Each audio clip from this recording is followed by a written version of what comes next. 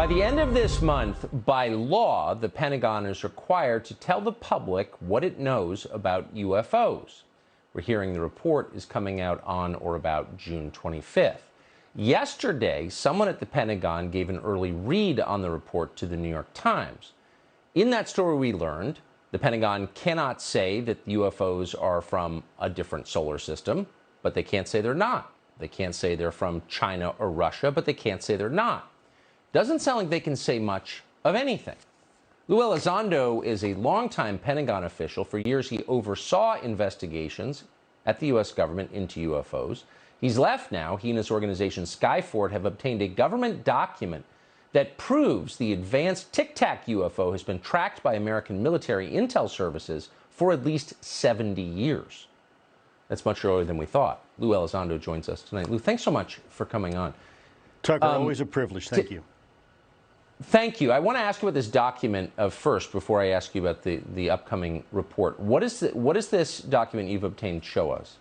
Well, this is a document that was obtained through the Freedom of Information Act, and it demonstrates quite clearly that we have had issues with these, if you will, these UAPs or UFOs in the vernacular for at least 70 years, at least since 1950, probably earlier.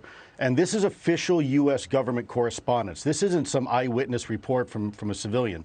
This is official government documentation from military personnel to very senior military brass. And what it says is very quite compelling that, look, we've had a lot of military and intelligence eyewitnesses, to include special agents and scientists, and all of them are seeing these things. And more importantly, the frequency has occurred on a regular and continuing basis over sensitive U.S. military facilities. And this has been occurring, Tucker, again, since 1950, according to official U.S. government documentation. So think about that for a minute when we talk about that on the backdrop of this recent revelation that the U.S. government has finally admitted that this is not some sort of secret U.S. technology.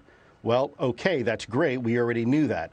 But now there is some wiggle room to say, well, maybe it's some sort of foreign adversarial technology. Well, here's the problem with that theory, because we know that the Russians, after the Berlin Wall came down, they shared a lot of information with us. There was this 5-year period or so, this new romance between us and Russia, where they shared a lot of their UFO information with us. And by the way, they were seeing exactly the same thing in their skies that we were. So we're sure it's not Russian. So then really the only other country that could possibly be would maybe be China. Well, let's look at that for a second, Tucker, because you're talking about a country that for 70 years has kept this technology that was at least 1,000 years ahead of us, kept it secret, was able to employ it against us all the way back in 1950. By the way, this is the same country that steals billions of dollars worth of our technology each year, trying to keep a competitive advantage to this day with our country. Now, does that make a whole lot of sense to you?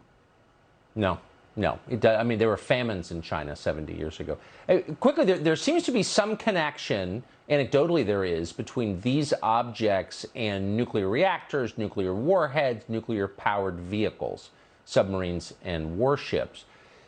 We didn't get nuclear technology, of course, until the end of the Second World War, 44, 45. We had airplanes. We had an Army Air Corps going back to the First World War. Were there sightings of these before the United States possessed nuclear technology? There were anecdotal sightings, but really there seems to be a significant uptick. Once the United States and other countries really entered into the atomic age, we began to see an increased uptick, what appeared to be some sort of reconnaissance or surveillance of our nuclear technology, our nuclear development, whether it's power or propulsion or weapon systems and related technology. Yeah.